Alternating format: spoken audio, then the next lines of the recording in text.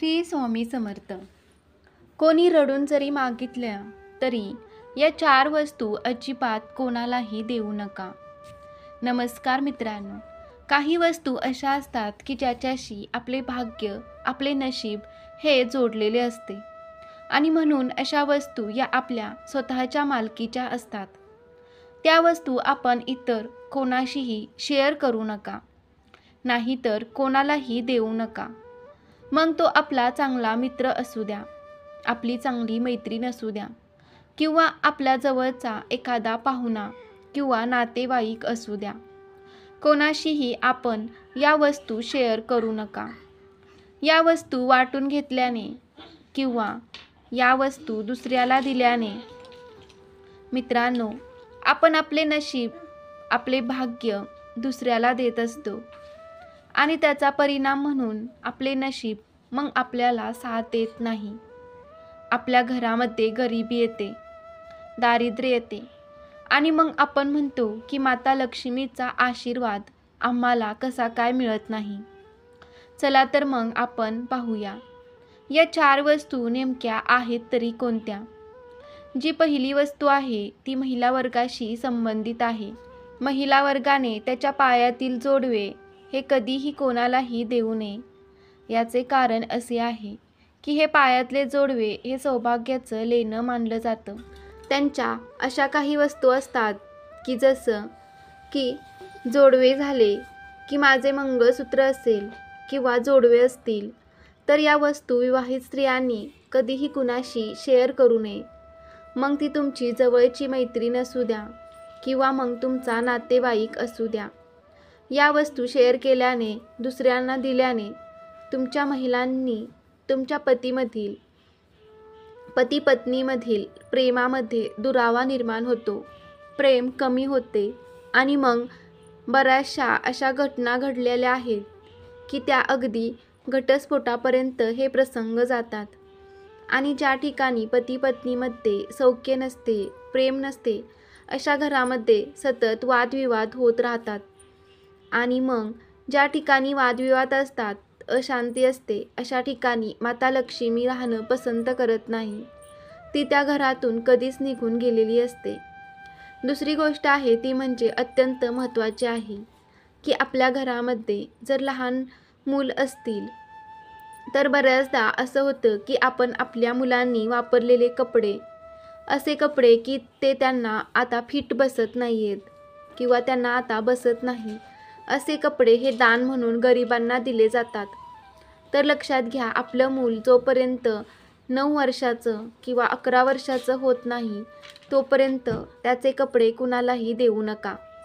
आपल्या मनामध्ये परोपकाराची भावना नक्की असेल की गरिबांना थोडीफार मदत होईल. जर आपल्याला मदत करायची असेल तर आपण या गरिबांसाठी नवीन कपडे घेऊन द्या, काही हरकत नाही. मात्र ज्यावेळी तुम्ही तुमच्या 9 किंवा 11 वर्षापर्यंतच्या मुलांचे कपडे त्यांना देता, मग त्याचा थेट परिणाम तुमच्या मुलांच्या भाग्यावर व नशिबावर होत असतो. तुम्ही पाहिलं असेल की ज्या वेळी तुम्ही अशा प्रकारचे कपडे दान म्हणून देता, काही दिवसातच तुमचं मूल आजारी पडतं, तुमची मुलगी किरकिर करू लागते, ते स्वस्थ राहत नाही. याचं कारण तेच आहे. म्हणून आपल्या मुलाच्या भाग्याशी तुम्ही असा खेळ करू नका. पुढची अत्यंत महत्त्वाची गोष्ट आहे, आपण आपल्या घरामध्ये जो झाडू वापरतो तो आपण चुकूनही कोणालाही थोड्या वेळासाठी सुद्धा देऊ नका. बऱ्याचदा असं होतं की शेजारी किंवा आपले जे इतर लोक असतात की ते आपल्या घरातील झाडू मागतात थोड्या वेळासाठी. तर लक्षात घ्या, झाडू हा लक्ष्मी स्वरूप आहे, म्हणजे झाडूमध्ये प्रत्यक्ष माता लक्ष्मीचा वास असतो. तुम्ही पाहिलं असेल की भारतीय धर्म परंपरेमध्ये बरेचसे असे सण आहेत की त्यावेळी आपण या झाडूची पूजा करतो. त्याचं कारण तेच आहे की झाडूमध्ये प्रत्यक्ष माता लक्ष्मीचं वास्तव्य असतं. असा जर झाडू आपण इतरांना दिला तर लक्षात घ्या, तुम्ही तुमच्या घरातील लक्ष्मी ही इतरांबरोबर वाटून घेत आहात. आणि मग पुढे जाऊन जर तुमच्या घरामध्ये गरिबी आणि दारिद्र्य निर्माण झाले तर त्यासाठी केवळ तुम्ही जबाबदार असता. तुम्हाला जर झाडू वगैरे दान द्यायचा असेल तर लक्षात घ्या, तो आपण मंदिरामध्ये दान द्यायचा असतो.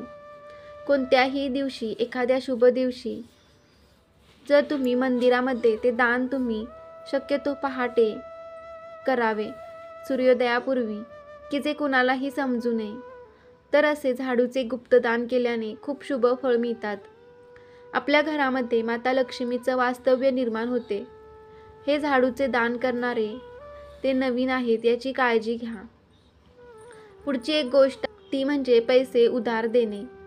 तर पैसे उधार देताना ते कधीही तुम्ही मंगळवारच्या दिवशी देऊ नका, कारण मंगळवारी दिलेले पैसे परत येण्याची सुद्राम शक्यता नसते, अजिबात शक्यता नसते.